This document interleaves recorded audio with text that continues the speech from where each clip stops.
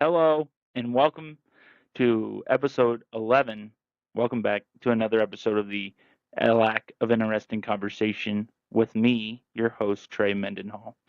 I want to thank you again for joining me today here on the podcast. Again, we are available every Wednesday. We get a new episode every Wednesday at 8 a.m.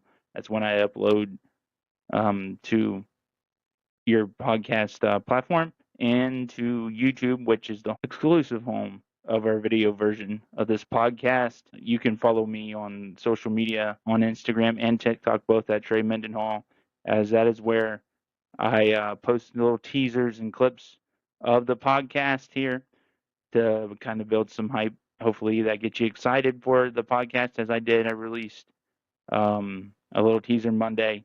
Also, the podcast itself has its own Facebook page. That is the only social media that the podcast is on right now. So that is the Lack of Interesting Conversation podcast Facebook page. You can just find us on Facebook. Just search us up there and give us a follow. Also post when it uploads on there as well. And the link and all my social media that I gave out. You can follow the link to our RSS website to find the podcast platform in which you have a preference for, including the big three where you listen to it on Spotify, Amazon Music, and Apple Podcasts. On YouTube, you can find us at The Lack of Interesting Conversation. Just search us up on YouTube, and you should be able to find us there. As as I continue to grow this podcast and morph us into, I guess, whatever God wants this podcast to do, just pray you guys continue to listen.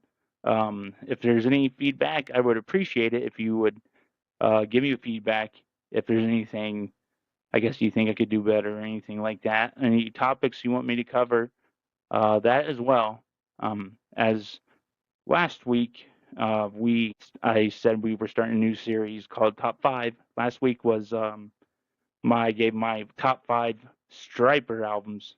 That is probably my favorite rock band, probably metal band, especially in the Christian space. That my goodness, they've been rocking the world, which ironically is a song off To the Hell with the Devil, a great one, by the way, for I think a little over 40 years. As I know, a couple years ago, they were touring for their 40th anniversary, which I got to see. That was the last time I saw them, actually. Put on a heck of a show, covered all 40 years, every album, including the last, I guess, their official last studio album, When We Were Kings. I know they're currently in the studio. I think they got everything tracked. Michael's vocals might be the last thing. Michael Sweet's vocals might be the last thing that needs to be done, besides obviously mixing and the album, putting everything together to make it sound like a song. But I know that will release this fall, like it normally does when Striper releases new music nowadays. But as I said, for the top 5, today we continue that series as I give my top five sports video games. Now, there have been a ton of sports video games released, dating all the way back to obviously like the Atari and the computer days, the old floppy disk. I remember at my grandma's having like a computer with a ton of floppy disk games, and they were playing. I think it was Magic Johnson versus Larry Bird, or might have been Dr. J versus Larry Bird. I remember that, having fun with that back in the day. I don't exactly remember what my very first sports video game I ever played was, but But obviously, that's the kind of video games I personally like to play. Although I do like playing single player story games, I've always been a sports gamer. I just love playing sports video games. And I'm a huge sports fan anyway. But before we go to the topic, if you are new here, welcome, and I thank you for giving me a listen for the first time. Make sure you go back and listen to our other 10 episodes. You can, like I said before, you can find them on any podcast platform that you prefer. So let's move in to my top 5 sports video games. At number 5 here, um, this is my favorite version of this game. I'm pretty sure I got this game for Christmas, but Madden 2005. Ray Lewis on the cover.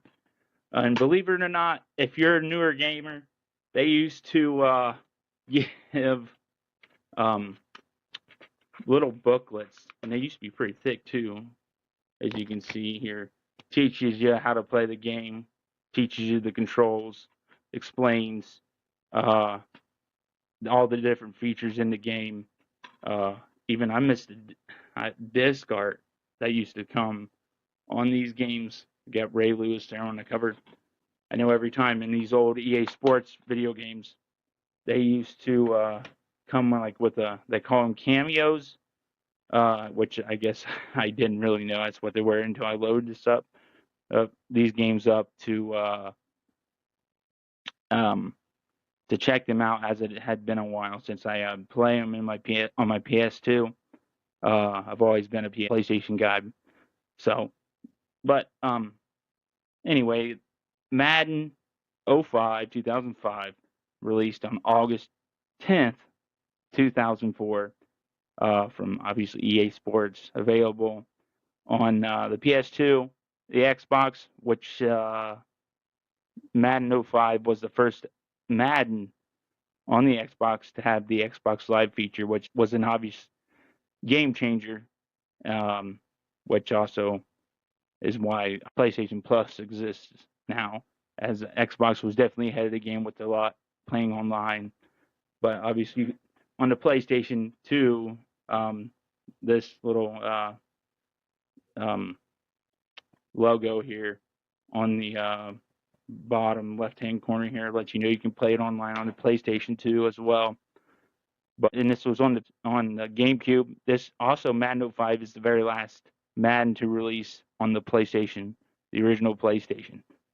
Also, there was a DS version, a Game Boy Advance version, a mobile phone version, and a Tap Wave Zodiac, which is a very fancy pager, as it is a personal assistant and a mobile console, basically like a handheld console, basically inside a pager, since it's a personal assistant. But this Madden 05 was the game. I know back during that time, and this is peak EA Sports in my opinion. When whoever was on the cover, whether that would be a offensive player or a defensive player, that would be a sign of what the new feature was that year. And Madden 05 is the Madden that introduced the hit stick, which has become since then a very popular feature. Allow you to make big, huge hits, but obviously if you miss, you still paid for it. It was it's definitely very fun. Had like most of these games back then, had an awesome soundtrack. It also featured the debut of American Idiot from Green Day, which I didn't know this, but evidently if you were one of the first people to buy it when it came out, that was the first time you heard American Idiot, because that was in the game before it was released as a single. A pretty cool fun fact. Um, other songs on there, like the clincher from Chevelle, "Open Your Eyes" Alter Bridge, "From Out of Nowhere" from Faith No More, "Take Me Out" from Franz Ferdinand, and "Same Direction" by Hoobastank. Uh, some of these bands aren't around anymore, so kind of dates me. But in this one, the commentators were still Al Michaels, John Madden were still the commentators on on these games, which sometimes, in my opinion, is still better than some of the commentary in some of these previous sports video games. Although, in my opinion, 2K definitely has the advantage when it comes to commentary in these games here recently. The highest rating that Madden 05 got that year was from IGN, a 9.5 out of 10. And for a Madden game to receive such a high rating, especially nowadays, is shocking. But back then, EA knew what they were doing, and they weren't as disgusted as they are now.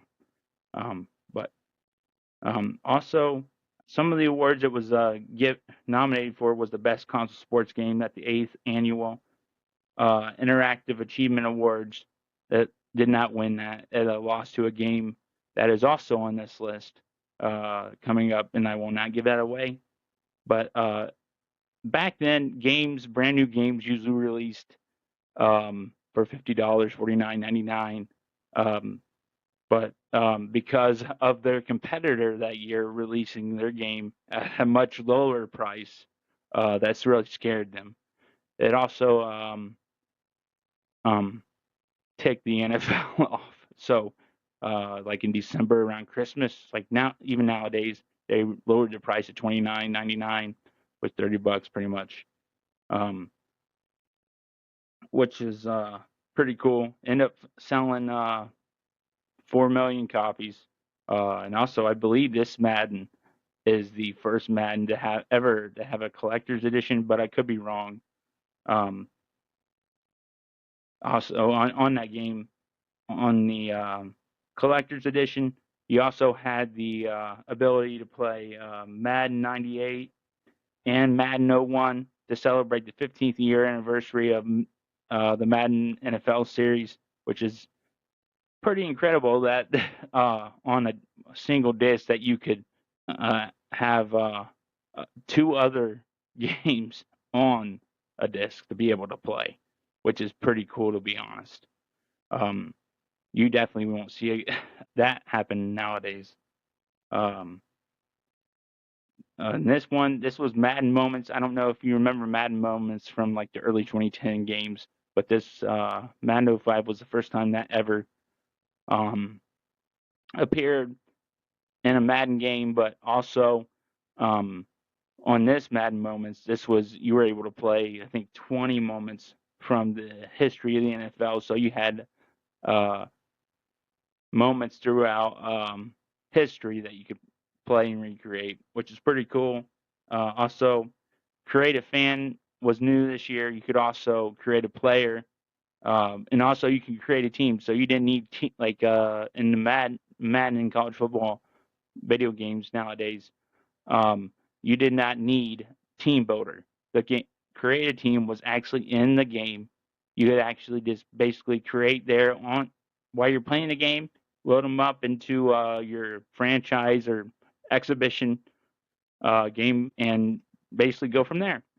I remember doing that. I remember creating my local high school team and putting in the Madden 05 back then, and then creating me, making sure I looked like I gave myself like the biggest muscles and I could throw the farthest and run the fastest. Yeah, I just remember having so much fun playing this game, to be completely honest. And franchise mode was deep. Also, just like in Dynasty in the older NCAA games, you had if you played those, you had the ESPN / Sports Illustrated covers. And Dynasty in Madden 05 introduced you had for your news around the league, you had the USA Today sports newspaper. So, like, you had the main headline with a picture of the team it was talking about, the couple players. Then you had like news on the sides and on the top around the league. Then each team had their local newspaper as well. So you could, after you checked like national news, sports news in the NFL, you could go down to your local newspaper and see what they're saying about your team. So whether that would be contracts, winning streaks, if you break a record, sign free agents, draft, stuff like that, win the Super Bowl, obviously. Go undefeated, all that would be right there. To be a little article, you just click on the headline, and it goes in and gives you a little headline article about it, which is pretty cool.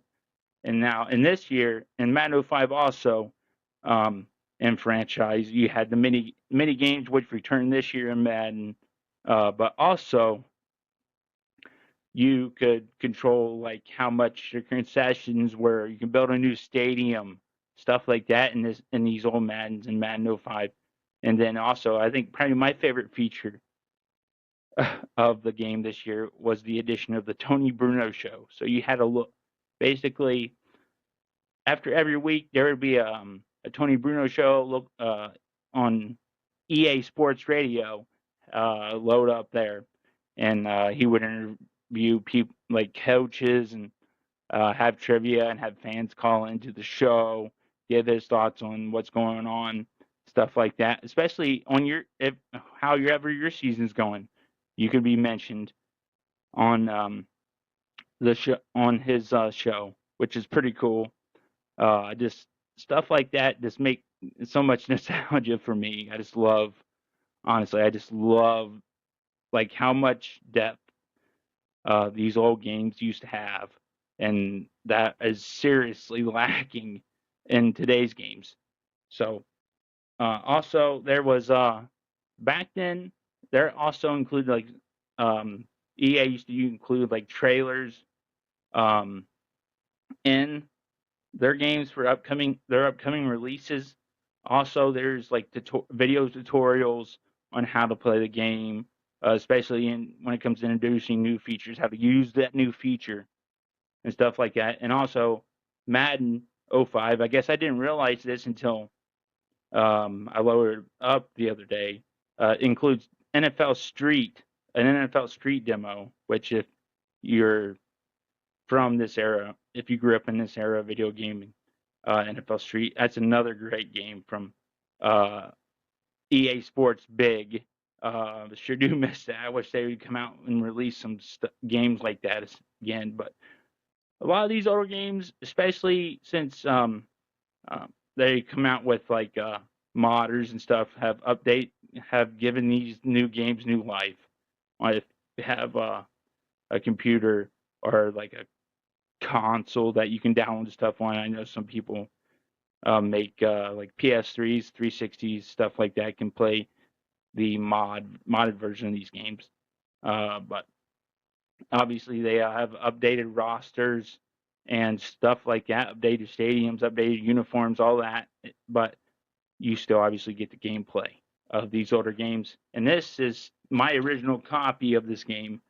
I believe my mom got this for me for Christmas. This has to be the only way I got that. But as we move on, number 4, Four Horsemen, is Tony Hawk's Pro Skater. Again, this is my original copy of this game. I remember my mom getting this for me and being with her at CVS. If you can believe it, CVS used to sell video games. Obviously, this is the greatest hits version of Tony Hawk's Pro Skater. This is the original Tony Hawk's Pro Skater. I think they have to sell a certain amount of copies in order for PlayStation to call them greatest hits. But obviously, this sold a ton, which is why this is also. They end up changing the color of their greatest hits later, as they're obviously the original PlayStation logo. If this was the non-greatest hits version, this would be black. But this is inside. There's not much. Obviously, it's just a plain disc. Says Tony Hawk's Pro Skater from Neversoft and Activision, which I know not too many people are a fan of Activision anymore. But these video game companies haven't always been bad. But Tony Hawk's Pro Skater released on September 29th, 1999. aside from the PlayStation, I did have the N64 version. I know both of those consoles, those versions have two different openings. I know on the N64 is and the opening features the song "Police Truck" from the Dead Kennedys, which I did not realize was such a vulgar song until I looked up the lyrics.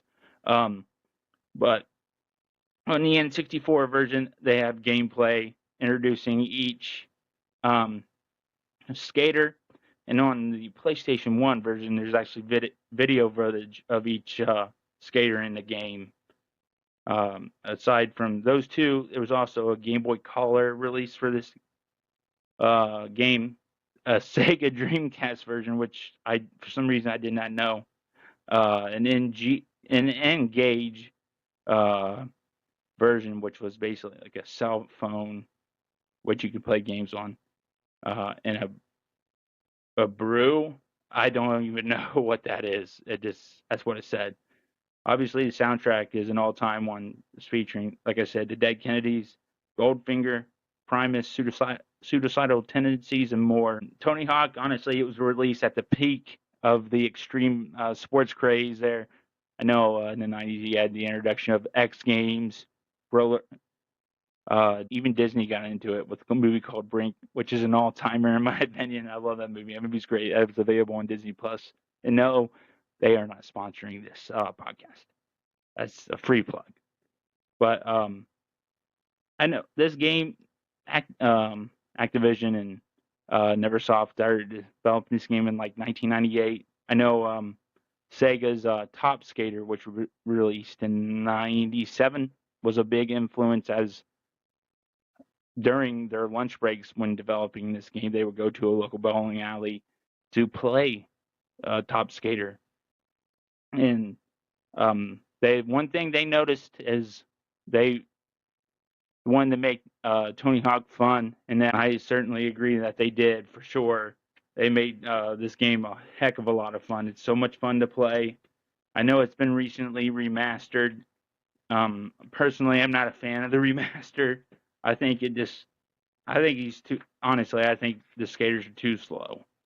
They feel like they're moving in quicksand or something like that. I just don't understand why that is. I don't even know how to go faster, even though I've looked it up several times.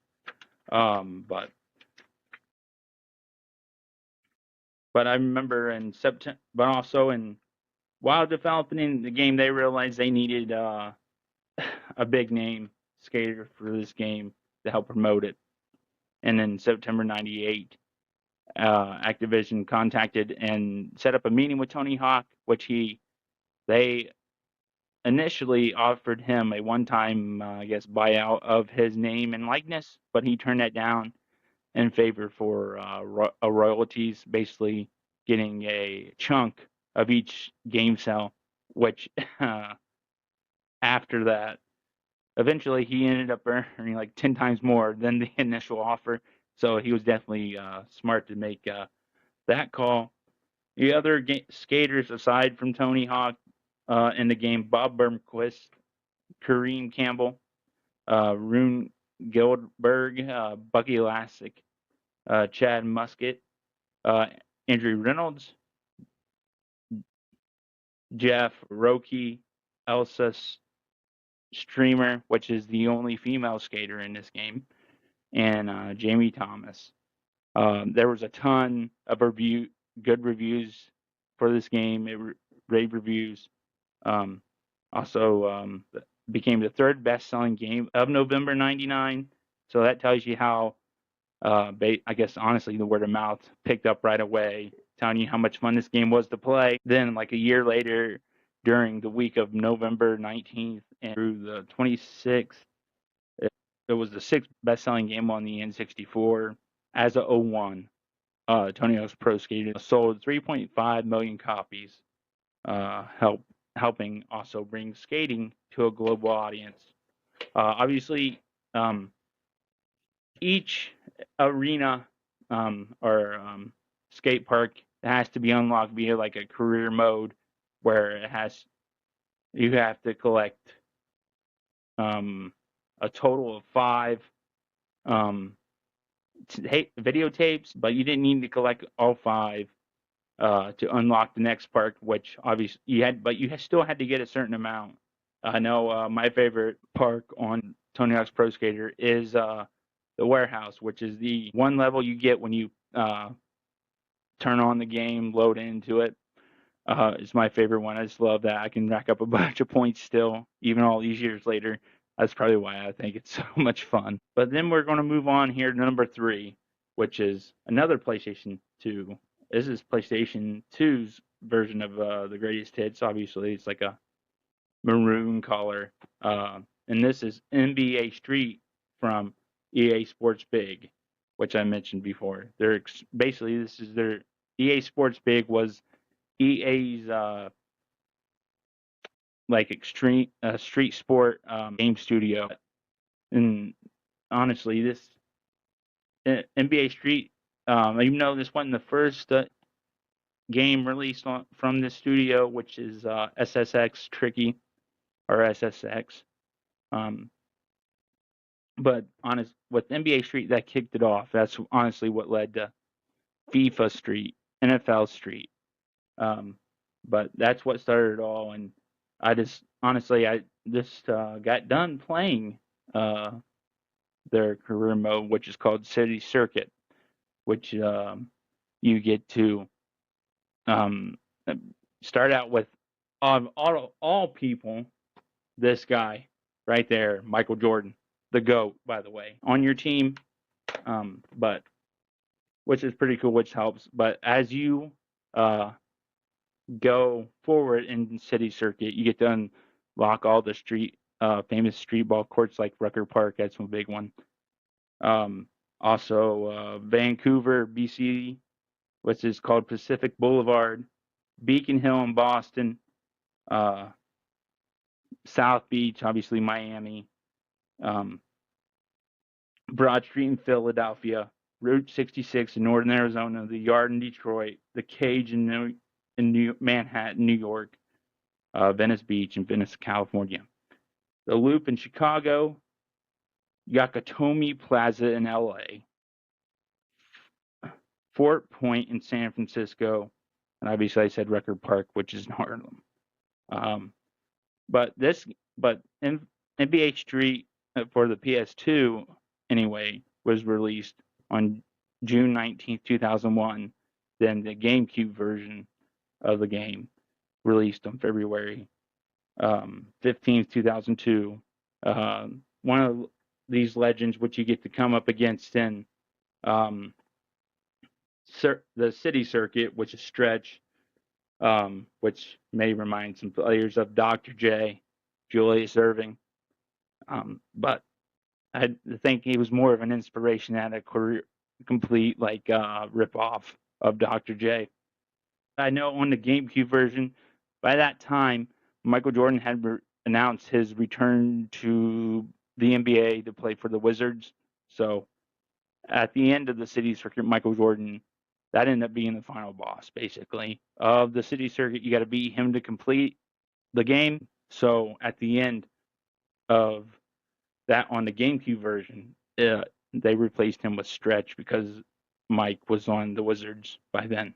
All 29 teams at the time in the NBA are featured here, which just includes 5, as is a 3-on-3 street ball with street ball rules, basically meaning mid-range, dunks, layups are all worth 1 point, 3-pointers worth 2.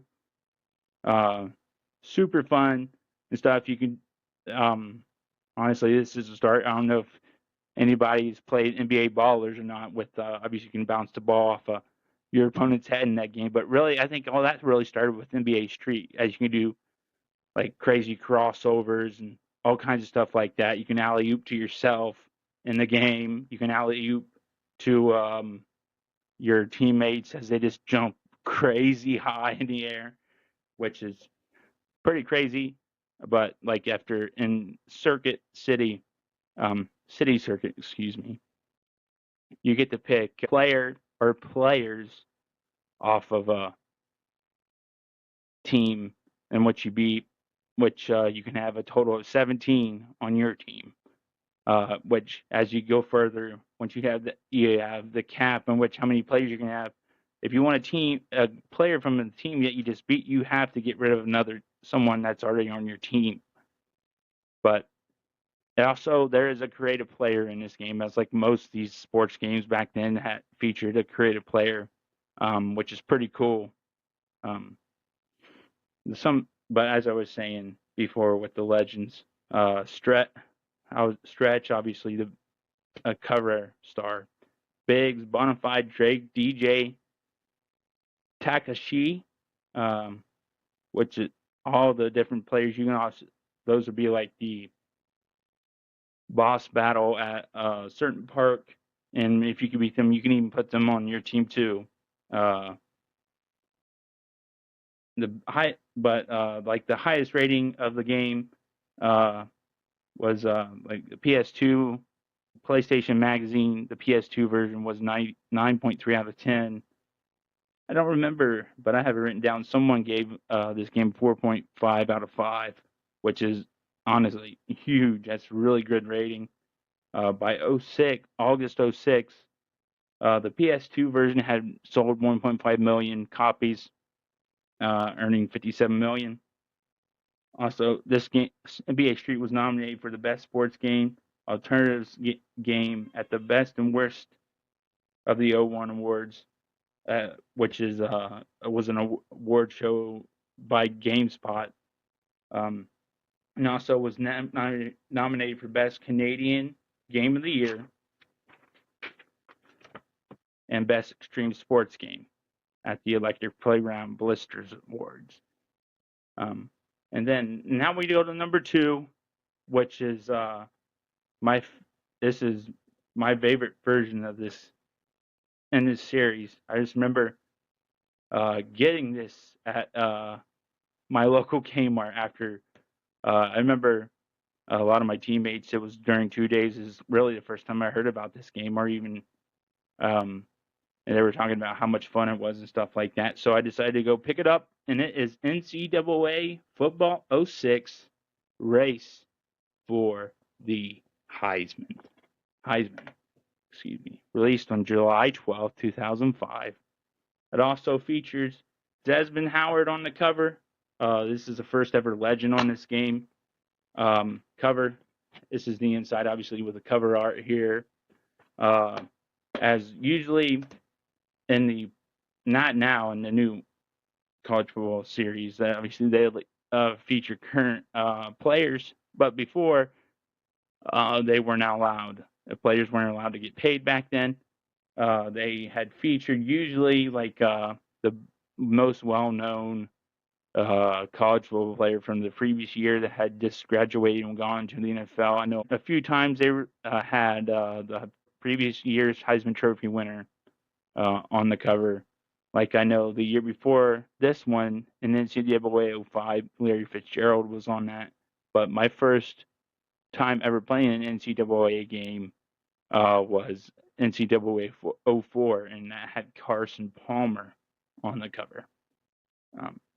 Which is cool. And also 06, I know the soundtrack is talked a lot as a lot of people's favorites, as it is the only NCAA game to feature copyright music songs like you would hear on the radio, as really all the other ones just include fight songs from each school in the game. As still back then they had FCS teams in the game.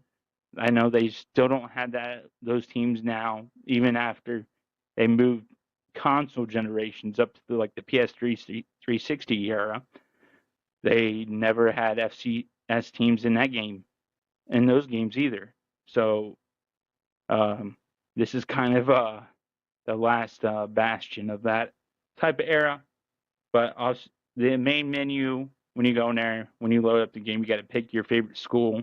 But the main menu, it featured highlights from legends such as Peyton Manning, Bo Jackson, Barry Sanders, and Archie Griffin, just to name a few of them. There's plenty more in there. But also, this was the first game to ever introduce a career mode into a sports game. or at least a football game anyway, as it's called, obviously Race for the Heisman. That is the career mode in this game. And Madden 06 introduced Superstar mode, and that was the first time Superstar mode ever existed there. As in, to start this out, that mode out, you get a little video and introduction by Brad Nessler, who is basically the main commentator of the game. Also features Kurt Herbstreit and Lee Corso. Yes, Lee Corso used to be a commentator in these old NCAA games. I know you have like Ask Coach, and then that when you're picking a play there, when in this game with Lee Corso being there, he would give feedback as to why he wanted you to run that play, which is pretty cool, as that doesn't happen anymore. Then after that video, you get basically you're one of many like high schoolers trying out basically in like a big drill. And you could have all the positions. You could be a quarterback, a halfback, a receiver, an O lineman, a D lineman, a linebacker, a defensive back. And your goal was to do the best as you could. You could to get as many scholarship offers as you could. And at the end of that, there would be a list of schools in which you could choose from. And then you would go to that school and have a dorm room there, which would get better each year, and depending on how you played as well. Then at the end of that, you could transfer your player over to Madden, which also you could transfer your draft classes out of Dynasty into Madden as well, which obviously we can't do, and I'm sure that has a lot to do with legal reasons as to why with the NIL and all that stuff. But hopefully they're able to get that figured out in these new games. But I know like in Dynasty, in these old ones, you could actually suspend players. There'd be like a pop-up, hey, this player violated this rule and all that stuff. So like they would give you like a recommendation on how much of a game they would miss, like a half, a quarter, or multiple games. But if you didn't do that, your school could literally get put on probation. I know I've seen that happen in some dynasties on YouTube, like Miles Dawkins, 24/7, stuff like that. I think his school, he just ignored it and just is going up getting put on probation. There's stuff like that's missing. And also, this was the game that introduced impact players to the game, which they had dots, little white dots underneath of them, like 3 you could have was the majority of players you could have as an impact player. And when they were in the zone, it would pulse, and then you could hit like a juke move or anything, and like the camera would zoom in and stop, and basically your player could be unstoppable for like a second, especially on the computer side. Is if you're not slowing down their impact player and you let him get going, that you're in trouble. But so many good memories about this. It was released on the PS2 and the Xbox. By July 06, a year later, the game had sold 1.2 million copies, earned $56 million. Next Generation ranked it as the 40th highest selling game to launch in between January 2000 and July 06 in the U.S. and is ranked as a lot of people's favorite of the entire college football series. Is ranked always up there. Great ratings, like Metacritic. Both versions are 87 out of 100. And I know, like I said before, these old games always had like an opening, like what they call cameos. Both in Madden 05 and this 06, you have an ability to watch all of them. And I know, as I said, in Madden 05, they had an NFL Street demo for NCAA 06. They had a March Madness 05 demo you could play, which is pretty insane, to be honest, that you could have demos like that. inside these games, letting players of these games be able to test these other games in your gaming company's catalog, so they can obviously, if they fall in love with that game, they can go out and pick it up, which is pretty cool. And honestly, a lot of these games that don't sell well and stuff like that, if they have other games they release, maybe that could boost up a sell or something, or get them a sell on a game that's struggling to sell. But then here's, as we go to my number one favorite sports video game of all time, we go to a game that since its release its legacy has only gotten bigger. And that's really because nothing still, all these years later, still nothing compares to it. It was such ahead of its time in terms of everything they put in this game. It's just crazy that let's see, 22 years, it'll be 22 years this year later, that company has still not caught up to all the features that this game features. And I know I teased this. Obviously, this is in the teaser video, but here we go. ESPN NFL 2K5. Obviously, TO on the cover. Man, like the cover art here on the disc art, the booklet, a little thing where you could win, like be able to go to the ESPN video games gaming squad. They used to have like a ESPN like restaurant or something in New York. But I remember how I first, that's still my original copy of the game too. But I remember how I found out about this game was a commercial. It was a TO commercial. I believe he shaves his head in the commercial, but I'm not 100% sure. Not like it matters. But I remember TO being in the commercial, and I think there was some gameplay. Then at the end, flashed 1999, which was an absolute ballsy move by 2K to release a brand new video game for $20. You would never see that nowadays, no way. And the rest of 2K5's sports library from NBA, NHL, all those were released for $20. I know I have MLB 2K5 and NBA 2K5 in my gaming catalog, my personal game catalog anyway.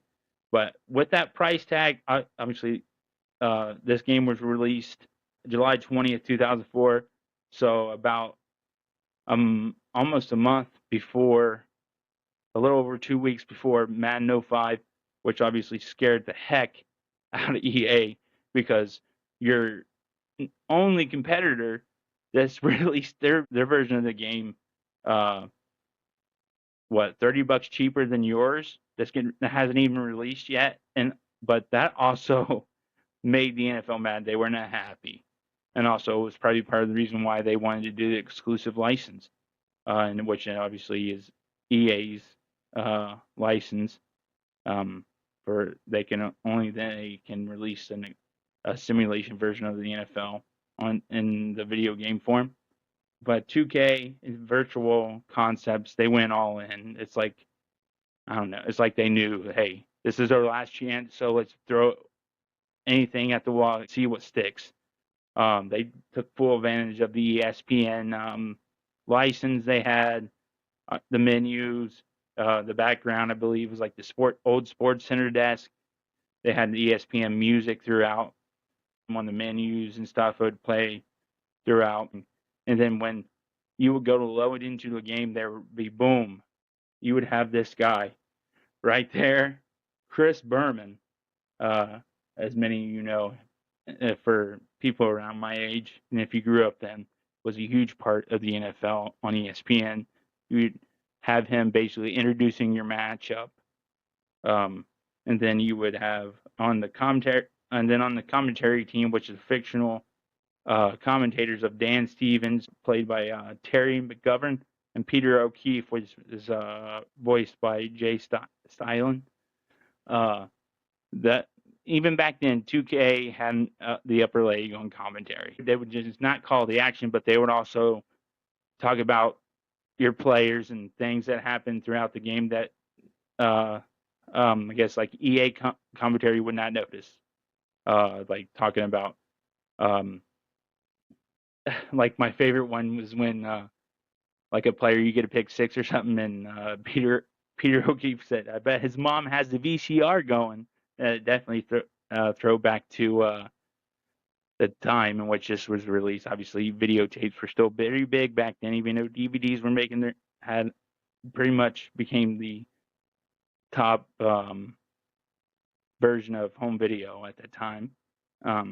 But the stuff like that, then like at halftime, you would have Boomer, Chris Berman break down basically the first half, show on the play, talk about the stats, talk about the teams, if one team's dominating or how close the game was.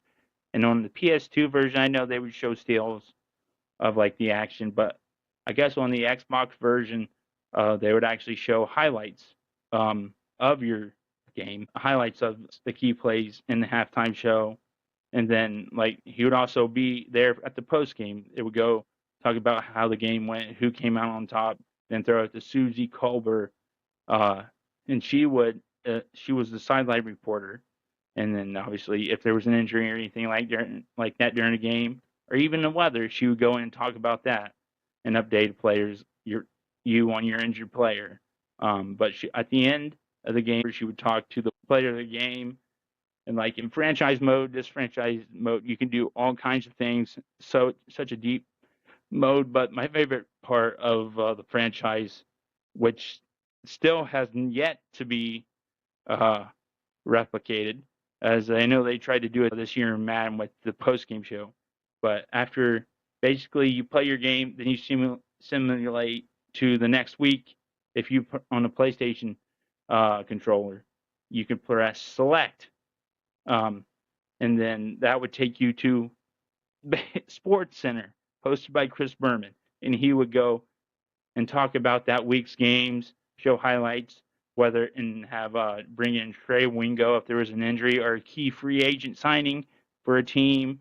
And then later in the year, when towards the end of the year, obviously getting towards the draft, he'd have Mel Kiper come in, break down draft prospects, just stuff like that. So ahead of its time, man. And I I understand EA being scared, and like they still have yet to even replicate most of this stuff. And it's fact that it's 22 years later is absolutely ridiculous that they still can't do that.